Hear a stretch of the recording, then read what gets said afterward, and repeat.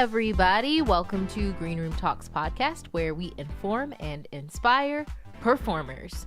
My name is Lauren Kay, and for almost 10 years, I've been performing professionally, from singing and acting to hosting and television, and I've met some amazing people along the way, and that's why I decided to create this podcast. I want to encourage conversation among fellow performers. So, speaking of amazing things, like amazing people, I had a great night last night.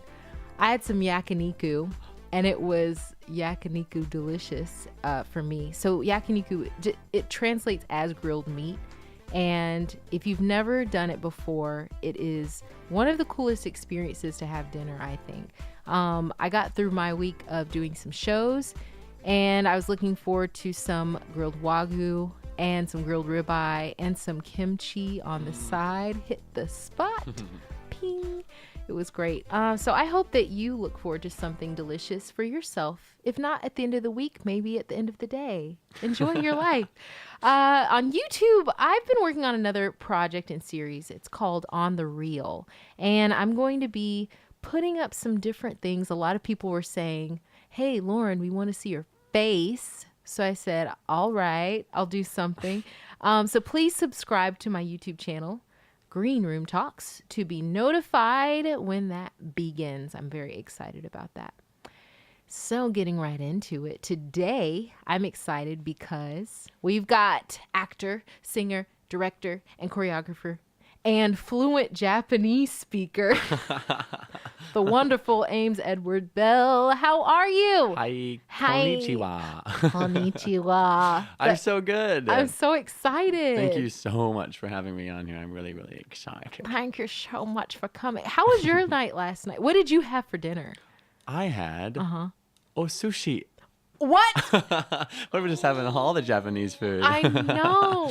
I did. No, my boyfriend and I, we go to sushi like probably once a week. There's a really great one of those like the conveyor belt sushis. Yes. Sushi dough is the name of Yeah. We go like once a week. And it's like a probably 15-minute walk away. Oh my gosh. What's your favorite kind of sushi? Like, what's your favorite fish of choice on the sushi? I love maguro. What is that in English? Oh dear. Tuna. He's Thanks. so fluent.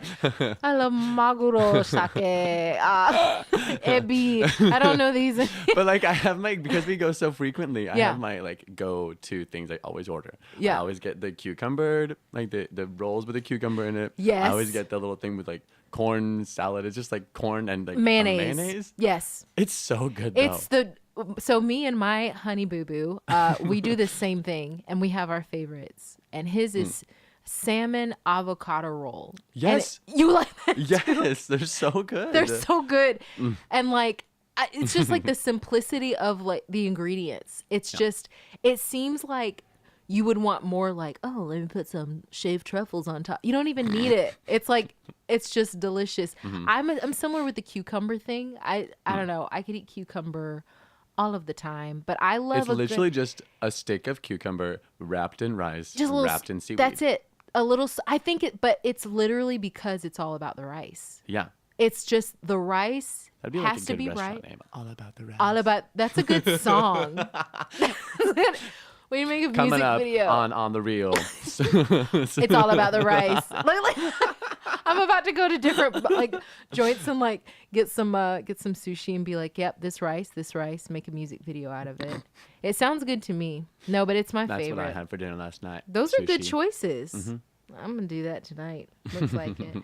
So now I just want to talk about some news. News. So we've got some things going on. First of all, we have the Japanese American star of the national tour of The Little Mermaid.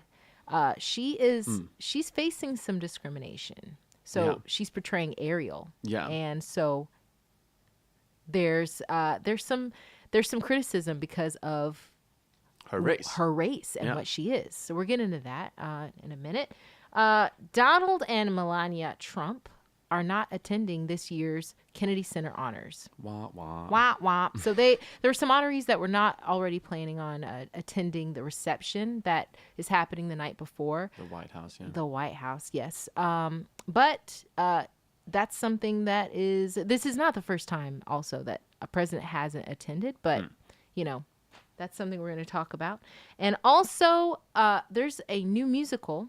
It's called The Civility of Albert Cashier, and it's about a transgender soldier that fought in the Civil War, and it's very relevant to me right now.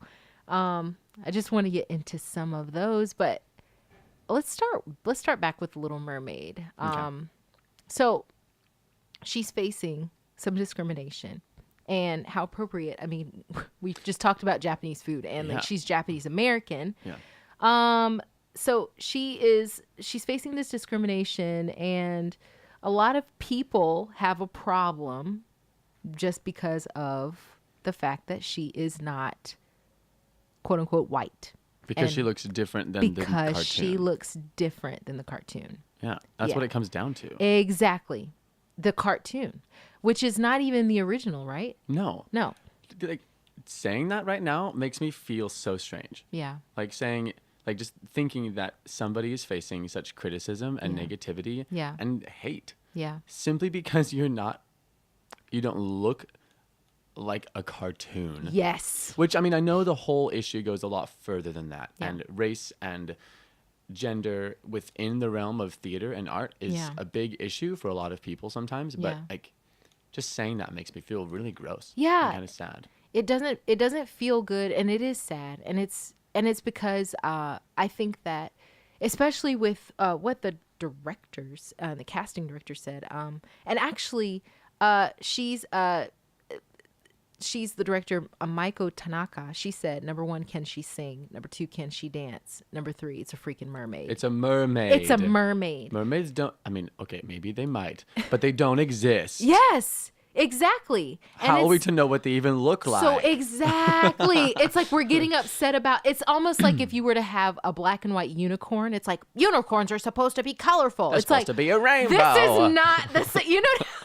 I want a rainbow on my, it's like, it's like my Frappuccino is supposed to be, it's to me, you're absolutely right. And it's one of those things that it's like, when are we going to get past the fact that if someone is doing the best job in just portraying a character and singing a song and acting and doing what they were hired to do, then what is the problem? And, I just think that can get really tough when it's like, when there's an opportunity that you've been given and you work really hard for that opportunity, just like everybody else. Yeah. And something that, yes, you can't change, but not only that, something that I think shouldn't even be focused on is such an issue. Yep. Yeah. I think theater is meant to break rules. Yes. I think that theater and I think art in general is its best and the most beautiful and most powerful when things are not how they're quote unquote supposed to be. Exactly. Yeah. If she, like in this article that you're talking about, she sang it the best. Yeah. She acted it the best. Yes. And she may, because of her race, be able to evoke certain emotions out of everyone seeing the show that other actresses may not have been able to do. Exactly. And that's nothing against those past performances or future performances. No. It's just art. It's just art. That's exactly right. And like you just said, it's like, yes. And it's like, if you're, I mean, I don't know her whole history. And it's Diana Huey. She is, yes, Japanese American, but let's think about the fact that maybe you have a tie to being associated with a land of people who, a lot of people in Japan do have a desire just to go to America or to go to Australia, to go somewhere else. And they have that longing. So it's like when Ariel is singing Part of Your World, like, I want to be where that is such a moment of, oh, she has this longing to be somewhere. And like you said, maybe she can express that better than anybody else could. Yeah. And they made a decision, and I think it's great, but it's moving to me because there was she said, Diana Huey said that there was a mother who approached her and was thanking her because, her daughter, I'm assuming she and her daughter are Asian descent. And she said it felt so good to see her doing that because, for her daughter to see someone in that position, it's great and it's important. And it's not saying like, oh, I'm just going to exclude every other race and like, oh, it's, girl to girl, like, let's say, oh, like a girl's Ariel, you're a girl. But it's important to see someone like you sometimes doing something. Yeah. And so if anything, I hope that gave her some strength to keep going. Like, definitely. It does get hard. Yes. So, moving right along. Donald and Melania. Donald and Melania. They're not attending this year's Kennedy Center honors. So as I said before, there were some honorees that were already planning on not attending that reception at the White House before. Like boycotting it. Boycotting. Like, not just like, I'm not attending, like openly saying. They're like, I'm not doing it. This. Yeah. Yep. You're right. Not having it. But, the White House said they said to allow the honorees to celebrate without any political distraction, which is true because there would be a lot. Yeah. Lately, because of some things that have been handled with the Charlottesville, Virginia incidences and the white supremacy and the statements that were made, there have been a lot of people really making it clear that they're not okay with Trump. Yes. And on this past Friday, all 16 of the president's committee on the arts and humanities resigned in protest of what Trump had to say. Of what he said. Oh, and then what he didn't say. And what he didn't say. Yeah. Yes. Which I think this is one of those moments where the actions are speaking so much louder than what the words. It's like, okay, sir, you're not going to say, like you said, what was said and what wasn't said, but we as people are going to do what we need to do and exit stage left. Exeunt stage left. Immediately. Yes. But it's just interesting that these artists, these honorees this year, which isn't even until what, like this, it's at the end of the year. Aren't they always at the end of the year? Yeah. The Kennedy Center Awards. It's just interesting that more than one of them was openly against the gala at the White House. But then, like, the president always sits when the president attends with the first lady. They sit with the honorees during the performances. Exactly. That doesn't. I mean, I for one am glad. This might sound rude, but I'm glad that they are saying that they're not going to be in attendance because I just can't imagine Donald Trump sitting watching these perform with LL Cool. Yeah. No, I can't imagine that. No. Yeah. No, it's Gloria Estefan. Like, no, I can't imagine. That doesn't feel right. No, it doesn't feel. After everything he said, after him cutting the endowments for the arts, like after all this stuff, it's not exactly. No, and I think that's the thing. The kind of problem I have is that there's statements that you make first of all as a human being, and then a human being that has been put in the position that you've been put in. Let's say, to make statements about a nation of people. You want to call a nation of people rapists and they do all this crime. But then you want to later say, we don't condone any sort of racism of any kind. And we don't. No, you're contradicting yourself completely. And like you said, it's like all of the things that you've done in terms of human rights first, but then also with the arts taking away so much. Yeah. And then you want to sit up there with people. And of course, nobody really wants you around anyway. Yeah. So I think that, in a weird way, it's like, this was the right decision to not attend. And I'm glad because I think that it would have It would have created that political distraction yes, for sure. it would have. But I think more than that, it just would have been awkward. It would have been awkward completely for everyone. Nobody would. It's like a moment is shared on stage, someone honoring. So let's say LL Cool J, who is, I believe, actually the first rapper to be honored by the Center. yes, Yeah. which is a huge deal. I can't wait to see what's going to happen.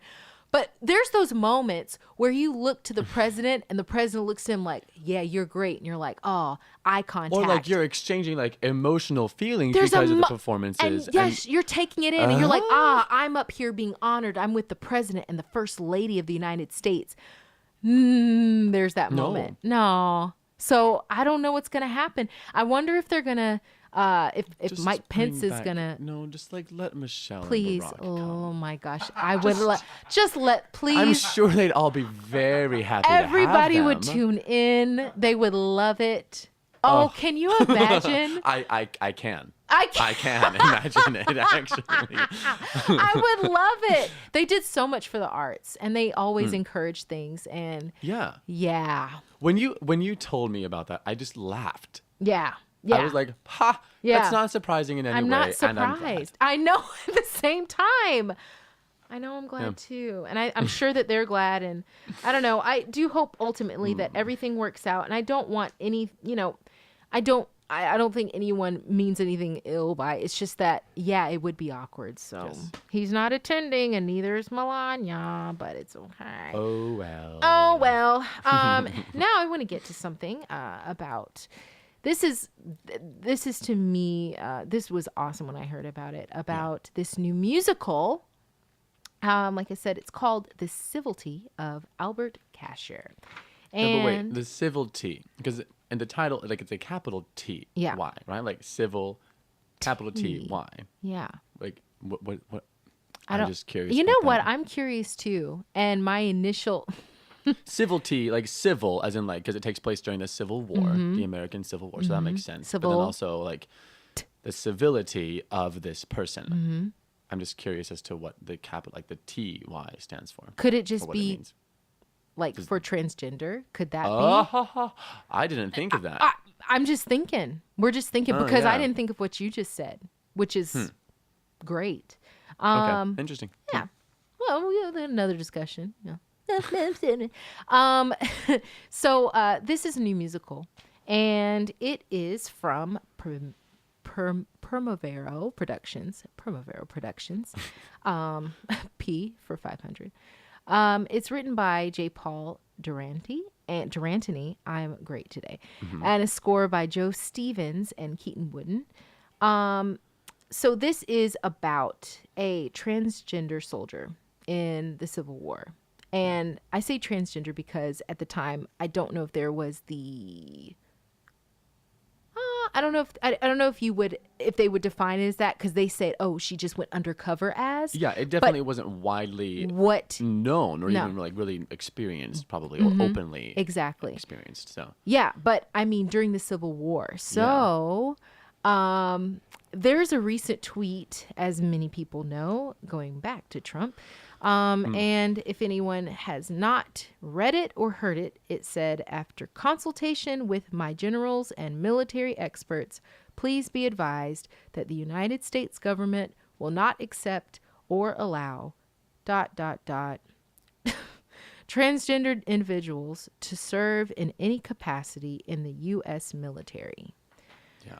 He made that decision, and he made that decision to tweet that. Unfortunate. And obviously, to me, first of all, based on what he just said, if anyone wants to sacrifice their life, not even wants, if anyone is willing to sacrifice their life for mine, I don't care what you want to be or who you are, who you define yourself as. That's huge. And to tell a person that you can't, they don't want you defending our country, it's unbelievable to me, because he hasn't stepped foot in the military in any shape, form or fashion. So he has no idea what it takes, No. what it would go through. I mean, I don't either. I don't either. I don't either. At No. all.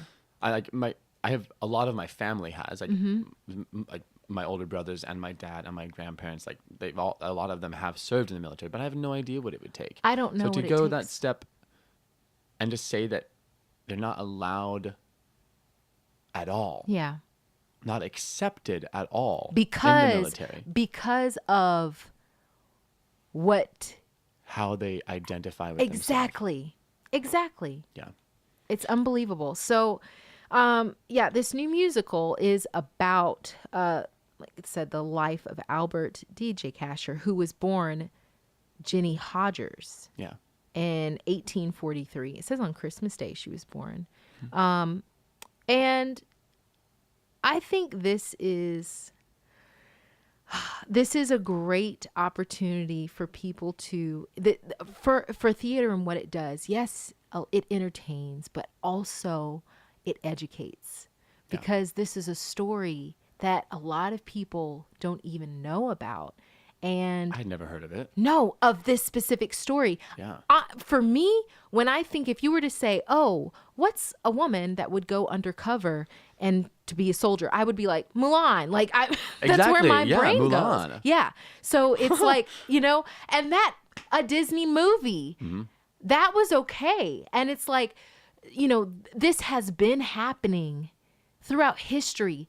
There's so many we don't know about. Yeah. But now that we've come into a time where people think that this is some new trend. Oh, people want to become something. No, that's not what it is. This isn't new. It's just people are becoming more and more open and outward with it. Exactly. Which I think is a good thing. Yes. And that only goes to show that other people have done a lot of very difficult things to pave the way for lots of other people to feel comfortable doing so. Exactly.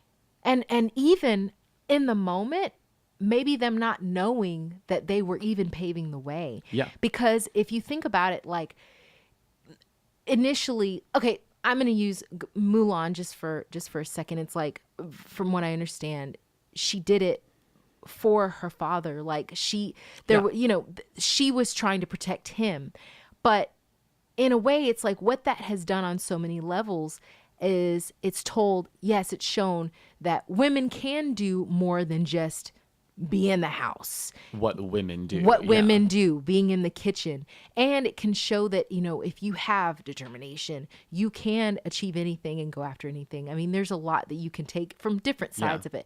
But specifically with this, and like you said, paving the way and showing the side of the fact that, like,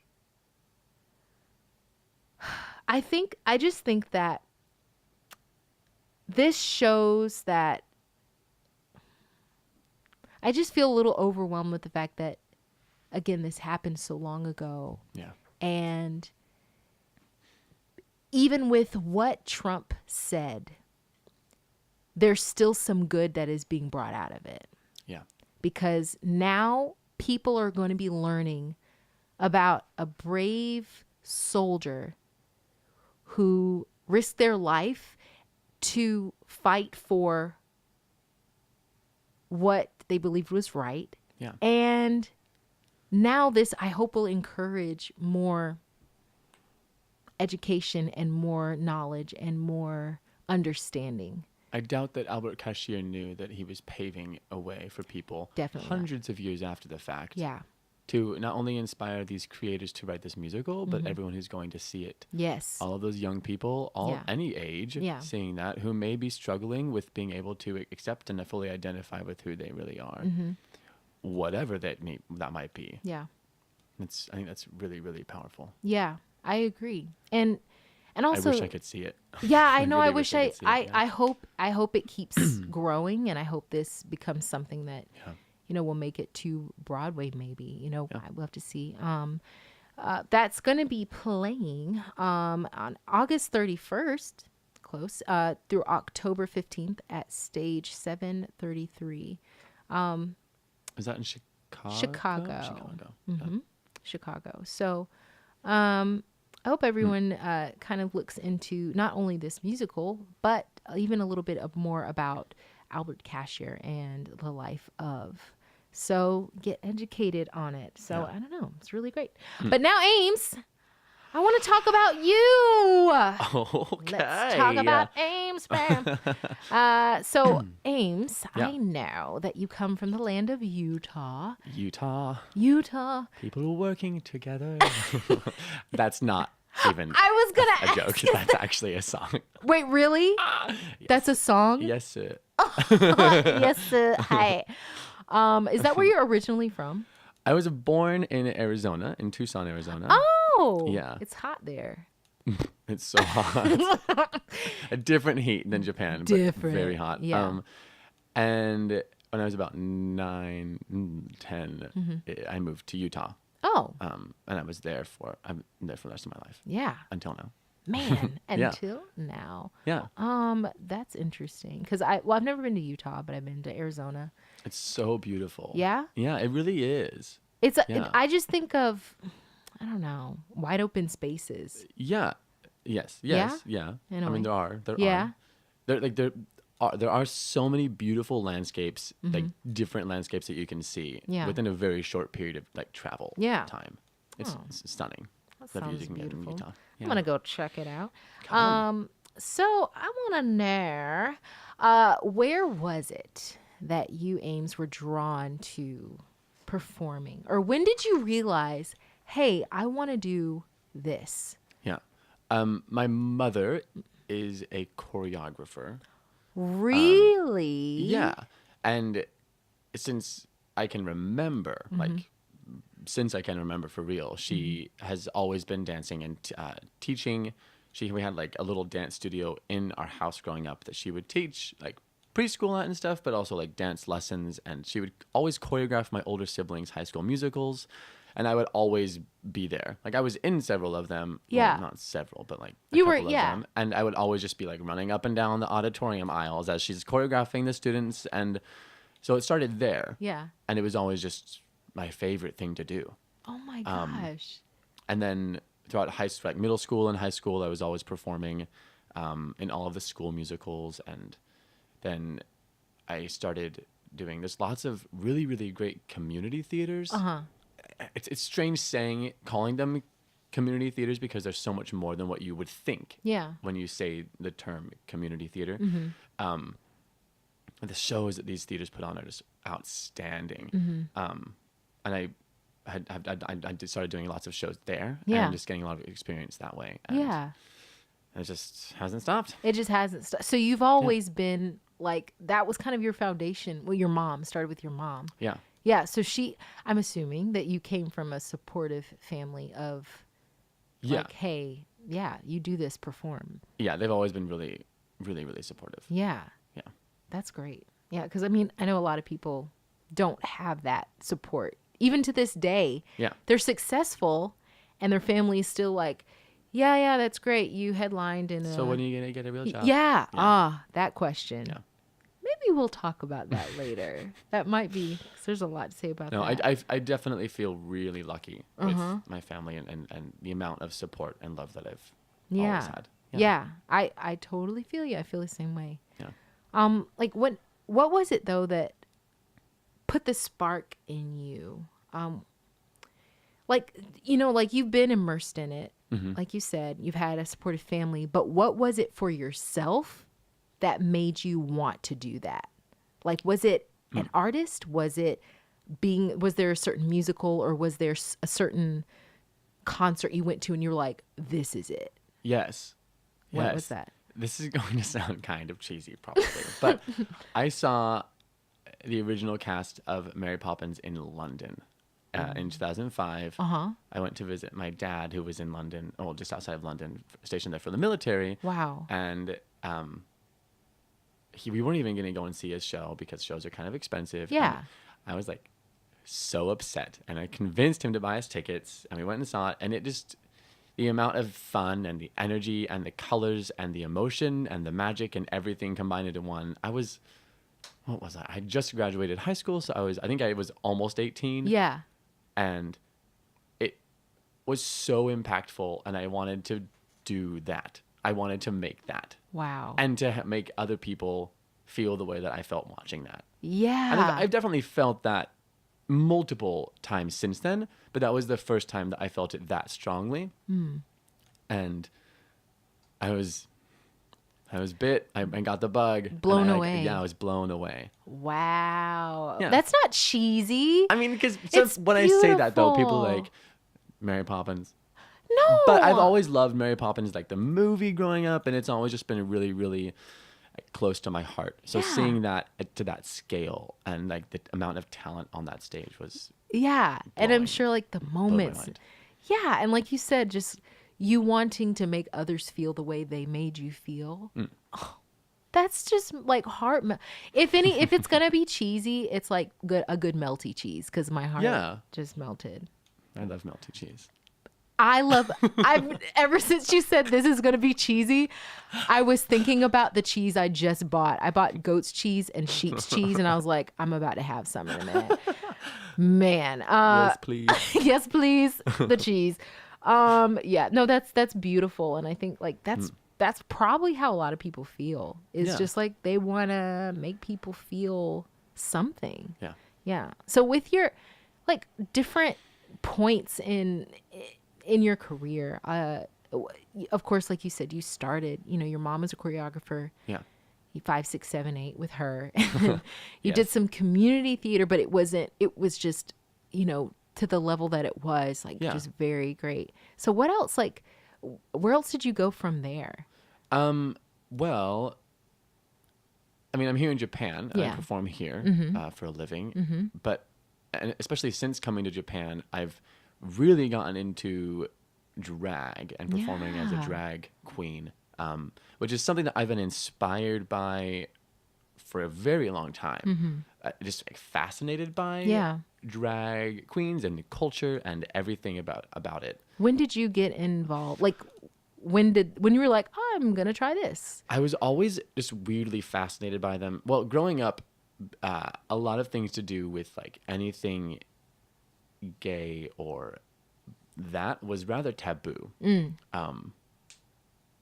That being said, since when I came out a few years ago, my family was still incredibly supportive. It just growing up, it wasn't really a thing that was talked about. Yeah. So every time I would see something like that, I would just be like obsessed with it. Yeah. You're like, because it felt like I needed to do that. Yeah. But I couldn't. I grew up in a pretty conservative and religious family. And I always felt like I couldn't. Yeah. Like, no, you should not. Yeah. Nope. It wasn't right. It was shut down. Yeah. Yeah. And it wasn't even shut. It was more like myself, like internally being like, oh no, that's not right. I shouldn't do that. So I'm not even going to like suppressing the feeling of whatever. Yeah. Yeah. Which is a really big thing. And I like saying that, like the past several years have been like, the past few years have been like really kind of coming to terms with that suppression or whatever type of guilt I may have had from the religion that I grew up in. But I definitely feel like I have come to a place where I can like completely openly talk about it. Yeah. Which is great. Yeah. And I think which has allowed me to be like pretty committed and pretty like gung ho when it comes to things like drag. Yeah. But I did drag for the first time the summer of 2015. So that was only 2 years ago. Yeah. Oh my gosh. It feels much longer. It does. It feels a lot further away than just 2 years. But yeah, and so that was like a year before I came to Japan, and I did it only a handful of times. But then since coming to Japan, I've done it several times, and you're incredible. Well, thank you. Unbelievable. Well, that's the first thing that we did together. We was the did. Kings and Queens Cabaret. Yes, Kings and Queens. Summer. I was Ike Turner. Rolling. I had to practice my stern face. I couldn't smile and had that mustache. It was great. Fierce. Thanks, Ike. No, but what you did a lot. You did.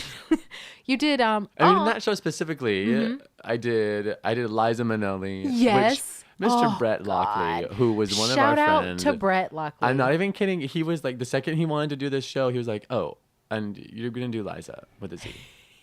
And I was like, Oh, okay, great. Yeah. Because I was super just excited to be a part of it. Exactly. But that was nothing I had ever even thought I would like want to do or that I'd be good at or Yeah. that people would think was funny. And now it's kind of become like It's incredible. a big part of my drag persona. Because you're not just this is how I feel, everyone.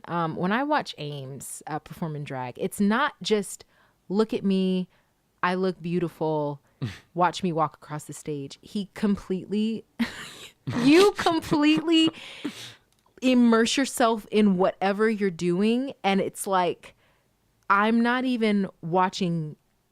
I'm not like, oh, it's Ames in drag. I'm like, oh my gosh, like this is amazing. This performance is amazing. And it's because you go that extra mile and completely commit to a character. It's not just about the looks. You know what I mean? Well, thank you. You're welcome, Thank but you, it's thank you. the real deal. It's just unbelievable. That's why I've wanted to do drag. Yeah. It's not about wanting to be it's about me wanting to make people feel something. Yes. Which you can do in many different ways, Mm-hmm. but I think for me the easiest and the best way to do that is to put on a character to develop Do it. something. Exactly. Yeah. But no, I did Liza Minnelli. I did The Little Mermaid. Yes. Which we had talked about. We just talked about. And you I did- said, but you did it in Japanese. Yeah, we Yeah. did there was the Japanese production of Little Mermaid a few years ago. Uh-huh. Yeah, that was stunning from the videos that I've seen. Yeah. And I lip synced it in Japanese, which was I wanted to talk when we were talking about Diana Huey, Yes. the actress who's doing Little Mermaid right now, Mm-hmm. and talking about how she could evoke certain things that maybe other actresses couldn't. Mm-hmm. Because I do speak Japanese. Not all of the lyrics in Japanese translate exactly to the English version, but they're so beautiful. And when like talking about like I just want to be where they are, and it's just a different language. So it's experiencing those emotional, those strong like lyrics, the Yeah. beautiful lyrics in Disney lyrics, but they're beautiful in a different language. Or in a different, just like approaching it from a different way was really, really, really fun. Oh yeah. No, but it was great. That was a loved it. lot of fun. Yeah.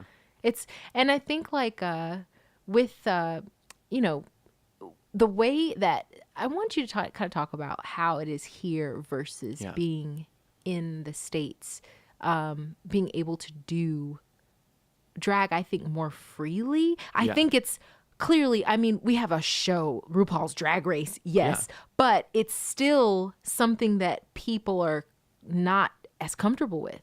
People aren't comfortable with it. They're slightly afraid of it. I think a large part of that discomfort comes from fear, Yeah. and it's just unknown, right? Yeah.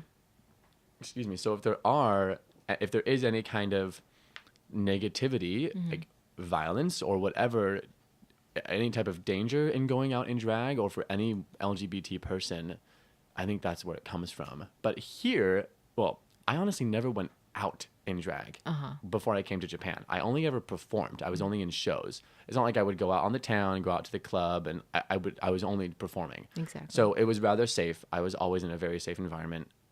And also it's Utah. I'm from Utah. Like it's not really a dangerous environment anyway. Yeah. Not to say that like things don't happen, but it's compared just, to other larger cities, yes, it's rather safe. Exactly. And then here, I've really only done shows. Even like when I'm going out in the town, it's still a show. Yeah. Like especially in Japan, because I'm at least a foot taller than everyone else, especially in heels. Exactly. And when we go out and with big groups of all of our foreign friends, like we just like literally stop traffic sometimes. Yeah. And so people are just gawking, and it's a blast. Yes, because they're more. Yeah. I feel like here there's more of if there's something that's unknown, instead of shunning it, they are intrigued and embrace. They're like, wow, there's something I've never seen. I'm going to take a picture of or with or beside. Yeah. And I'm going to go home and tell my family, guess what I saw today? This was so cool. Instead of, what is this? Rah! There's no amount of anger. There's no amount of fear. No, Yeah. there's no fear. There's always people that will come up to you and say like, trying their best in English to like ask you where you're going, and like I've had multiple people like help me to places if I don't know where I'm going. Yeah. Just in full drag. Yeah. They're just like, let me help you. They just want a moment. Yeah. But yeah, that's amazing. Yeah. Just I'm really grateful for this time in Japan, especially developing my skills and experiences with drag, because I think I can use it as a motivation and as like inspiration for whenever I do go home or wherever I go when I'm finished here. Yes. With drag and without drag, just like in life in general, to use everything I've learned here with inspiration, to, like that freedom and the confidence that I've been able to gain here, which I feel so thankful for. And hopefully be able to inspire other people with that, or just like to continue inspiring myself with it, which might sound like a little selfish or like it's not the best way to think of it, but I feel like I gain a lot of happiness from that, and from like from experiencing that right now, and then just like envisioning my future with the things I've learned right now.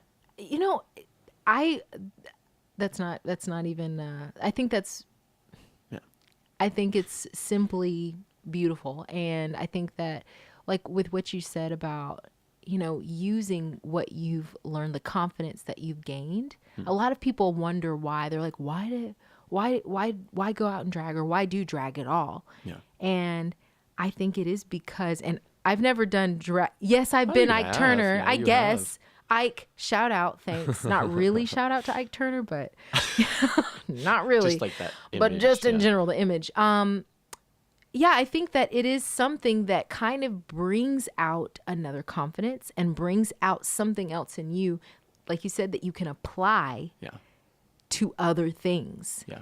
And sometimes that's what it takes, you know, just like you said, being a character and not just breaking out of your shell. Yeah. And if anything, it's like permission to say, yeah, you can do this and be this way. Yeah. Nobody's saying you have to be. It's one of those things. I had a conversation with someone before about masculinity in the entertainment world. And it's funny because like we want to be, oh, we're so embracing. Yes, be who you are. Yeah. But there's this harsh truth that a lot of specifically men for the most part are told, and their masculinity is put in check. Like, you're not being masculine enough, so you can't do this. You need to be more manly. You need to be more manly. You need to be more this, more that. Yeah. So maybe there is that, there's an opportunity there for you to just, like, whatever you're feeling. And it's not to say that you have to be this feminine woman, like, oh, I'm like in a corset. No, you be like, what do you feel like? And you do it. And it's okay. That's all that matters to me. Yeah. Is if I'm feeling like I'm being true to myself, am I being honest with myself, and am I being a good person? Yes. Am I being nice to people? Am I being honest? Am I being happy? Am I being just like a good person? Yeah. That's what I'll throw it out to my mom again. Like that's what she taught me. Throughout a lot of my life, she'd always just say, do good and be good. Yeah. And it might sound strange for if my mom ever listens to this. It might sound funny for me to talk about that and drag in the same sentence. But it, like, as a huge part, I think they're very, very related. I think that the future, I read this quote the other day about, like, the future belongs to those who are not afraid to push boundaries and to open doors and to be good. And so I use that all, and that might sound rather broad and kind of open, but I think it can be applied very specifically in like day-to-day life. It can be applied to me in drag. It can be applied to anyone. It can be applied in this transgendered musical. It can be applied to this Asian actress. Exactly. And it can be applied to Mr. Donald Trump. Yes, it can. It can be applied in so many ways. Ames, that's great. I just have a lot of hope for the world. I know that the dark times are everywhere. They are everywhere. When you look for them. But yeah, I think that if you think about, and I always think about the fact that it can be very emotional with things that are happening right now. And for me personally, my parents had to drink from separate water fountains when they were children. It's not far away. So No. to see images that I learned about when I was a child about segregation or people hating people just because of the color of their skin, and now on the news seeing people openly state that they believe that I deserve to die just because of the way my epidermis looks, the organ on my body, the way it looks, you believe that I deserve to die. It's hard, but I think that the fact that I know I can't change someone else, I can't change what someone else thinks. All I can do is know how I'm going to see the world and how I'm going to see people. And like you said, treating people well, being a good person. And if everyone could apply that to themselves, then I think things would change. I can't change someone. Yes. Perfect. It will never be perfect, but it's just that it takes you kind of looking at yourself and thinking like, okay, what can I at least do? I know what I can do, and then we'll see where we can go from there. Yeah. It will never be perfect. No. Here on earth. But yeah, I think that there is so much to say about that. Just acceptance. Yeah. Do good. Just do good. Treat people well. Yeah. It's all good. Everything's fine. Yeah. So, we kind of touched on it a little bit before about getting a real job, right? So have you ever heard that phrase before? How get a real job? Like, when are you going to get a real job? That question, I should say. No. Never heard that. I haven't. Maybe like passively, but not in a direct way. Implying. Yeah. Or like there may have been people with like, if I booked something, like if I got something or if I was going to an audition, they would be like, oh, that's great. How did the other interview go? Yes. Or like, how's your your non-performing resume coming? Yes. They're like, know? That's great. But yeah, there's always like a little but. And I've not had that directly asked to me, but I know a lot of people, we know a lot of people that, like we said, we come from supportive families who were like, you go perform. Yes, you did it.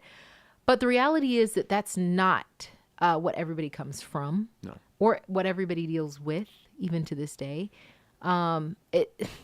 There's some people who don't have their family members even show up to anything that they do. Yeah. And I can't imagine that, but that's a reality.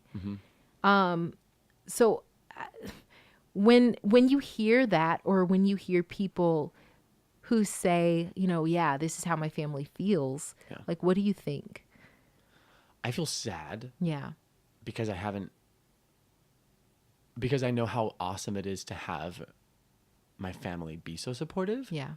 Like, I know how great it feels to have my mom come to my shows and then hug me like so tight afterwards. I know how it's such an amazing feeling. So I feel sad that other performers who are like doing something they love so much and are giving so much of themselves in whatever type of performance they're doing, that they may not have that experience, or they may not like know what that feels like. Yeah. But at the same time, I think there's also something that could potentially drive those people even more because of that. Like, they're working against more than maybe I have, and just in a different way, but like they're doing it for themselves, because it means so much to them, regardless of what support they have or don't have. Yeah.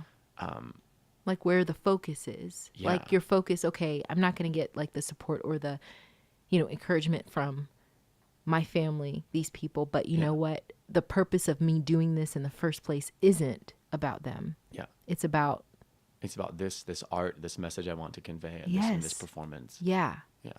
And maybe that could be used in order to help you in whatever you're doing, like emote what you need. If there's pain, you just use that. Use it. Yeah. Use the pain. But really, yeah. That's what using life experiences to help you get through. It's like, in whatever you're doing. In whatever that you're doesn't mean doing. you have to be like, you can only use like rough experiences No. in like rough and dark and dramatic plays. No. You can be doing it in like Mary Poppins. Yes. It can be channeled. That fuel inside of you can be channeled in so many ways. And I think that makes it even more powerful when you use like kind of maybe dark or hard experiences in bright and happy and glitzy shows. Yeah. Or glitzy performances. pushing I think it's so through. strong. Yeah. Smiling in the fact that regardless of what happened and has happened to you or has happened and is happening, you're in a moment of joy and you've arrived at a place of like, you know what? Look at me because I'm here and I'm doing it. Yeah. So you got to think about that. Like, I feel that though right now. Yeah. Like in my job right now, I feel like I definitely use it. I have to be happy. That's what I'm getting paid to do. you get paid to be happy. And I'm not always happy. That's exactly But right. like when I am on set, like when I am happy, I feel like it's hard to just like throw all those things at the door sometimes when I have to go out and perform. But like when I'm able to actually get into that and then actually like just let go of things, you realize that those things are rather easy to let go. And then you're like, wait, why are they so easy to let go? Are they that important in the first place? I'm not saying that to make that like everything sound trivial, because things can be really hard sometimes. Yeah. But like it just makes you, it gives like perspective to a lot of things in life. And I think that performing, any kind of performing, is really, really great for that reason. Because I think so too. You can gain that perspective if you. I've been able to gain that perspective. Yeah. And it becomes something that you learn, like you said, there's days where you're not always happy and you have to go, hey, I'm going to pay you to go out and smile. The last thing you want to do is that. But like you said, it's like you kind of have to, you break it down and you say, okay, like how much does this matter? How much is this important in the moment? And now, how do you get to the point though? Like, how do you get to the point of being able to let go? Like, it's happened to me before where I've gone out and I've been performing and there's like realistically tears flowing down because I'm trying to like push through. I'm like, I'm happy, I'm fine. But it's like, I'm okay. I swear. Yeah, I know, I'm having fun, I promise. And it's like tears are coming down my face. But you do get to a point where it's like, and then it starts raining. Yeah, and then just to add it, you're like, yeah, see, it's just the rain. How does that happen? How do you get to the point where if you are going through something, that you're still able to do that? I go back to like my days at school where like professors would go through like different warm-ups and stuff, and it goes down to just like simple breathing exercises for me. Yeah. Like seriously just inhaling and exhaling and like clearing your mind of every thought. Like not even thinking about not thinking about things. Yeah. And it's like a form of it's meditation really. But like not focusing on any whatever is making you worried or stressed or upset or whatever's making you really happy that day, like kind of clearing everything that way and starting from a clean, fresh slate. It's definitely not always the easiest thing to do, but I definitely don't always do it. Yeah. But like that is something that I do use. I also sing. Like I'll sing to myself. And that's something I think I got like my dad used to always like, he would always just like sing. He would make up stuff. Just like to melodies that maybe from other songs or maybe he made up, and he would just like sing to all of us as he's like driving and just like make up songs that at the time we always just laughed at. Still, I laugh at it. But I think that just like inherently, maybe it just like stuck inside of me, and I'll sing. Even though I'm not I'm not a very religious person right now at all, I'll sing like hymns that I grew up with or like songs that just get stuck in my head. Yeah. Like that. Whatever comes to you, maybe to take you back to a certain place, like of, to try to make you think about, like you said, like clearing your mind, taking you out of whatever situation you're in, Mm-hmm. and just to kind of put you in another place. Yeah. Just And that for a moment. might sound, to some people listening, that might sound like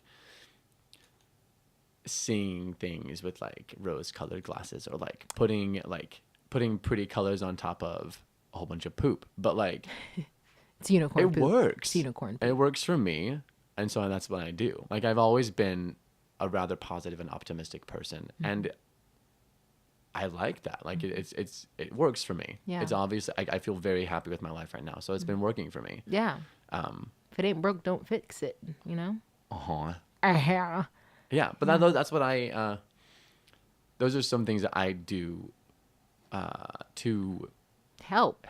like Yeah. to get in the place where I need to be to perform, whether it's like to clear my mind of anything so I can be happy, or just in general with any type of getting ready for performance. That's a really great question. Thank you for asking. I think you're welcome, but I think it's a constant thing that everyone is relearning, because you change and things change and different things change. Someone may be dealing with, Becky didn't sit beside me at lunch today. I'm so pissed. Oh my gosh, I'm not letting her borrow my purse tomorrow. Or hey, I've got 2 outstanding bills right now due, and they said they're going to take my car, and I've got to go on stage now. Like, Or, hey, Yeah. we live in Japan. We're kind of close to Korea. Yeah. Hey, stuff's going on in America. hey, Like, yeah. I'm not home. Yeah. And God only knows what's going to happen with the person who has the nuclear codes. Exactly. Yeah, you're right. It's just, and what do you do? Focus on what the task at hand is. Hey, All that we can do is our best. it's And our to be good. best and to be good. Yeah. It comes back around. Okay, last question. Last question. I want to know what. Dun dun dun dun dun dun. Ames, what is, at least up till now, what is the best piece of advice, or the most important thing you've learned so far being a performer, an entertainer, choreographer, director in this line of business? What's the most important thing?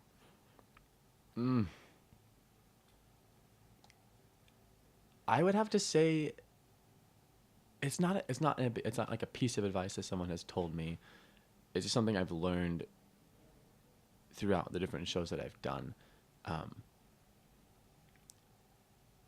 it's being nice. Honestly, I know that like, maybe I've said that too much, but I don't think you can say it too much. But it's not just being nice. It's to everyone, especially to the people that you don't think you maybe need to be. Like, to your crew, and to the technicians, and to the designers, and it's everyone. Like, the people that you might think are below you, the people that obviously you're probably going to be nice to because you think they're above you. But it's just to everyone, and especially to yourself. Like, being nice, and as hard as it might be, but not comparing yourself to other people, because you're always going to have someone to compare yourself to. You're always going to find someone who you think is better, who you think is prettier, who you think can sing better. Like, you're never going to get anywhere with comparing yourself. And I think that's probably like the easiest way you can be unkind to yourself. And like I said, it's not an easy thing to do at all times, but it definitely is, I think, the best thing I've learned. And of course, I have been told that, but that kind of is that isn't like this huge piece of wisdom that you would like say, oh, that's the best piece of advice I've ever received. Because I think it comes from doing it. Yes. And you have to be nice to yourself. Yes. Yeah. You're incredible. You're incredible, because that is absolutely true. I agree. Just be kind and be nice. Yeah. And especially to yourself. Ames, thank you. You're amazing. I am so glad you came by to have a chat. I'm so glad I did too. Thank you so much. This has been great. I can't wait for us to talk about more rice and sushi It's all and about talk the about rice. cheese. All about the rice. You're incredible. Thank you so much. And Ames, would you like people to follow you on? Sure, yeah. Anything? Let them know. I mean, I'm on Facebook, Ames Edward Bell, or on Instagram, Amesy Boy. That's just Ames, I-E boy. That's what my whole family calls me. If you want to follow my drag adventures, you can follow at Velma Joan. Let me tell everything about that page is stunning. Yeah, thank you so much. Oh, thanks. Thank you. Thanks, Ames. For questions, comments, and topic suggestions, please email us at greenroomtalks@gmail.com. Follow us on Instagram at greenroomtalks and on Twitter at GRT Podcast. Once again, my name is Lauren K, and thanks for listening.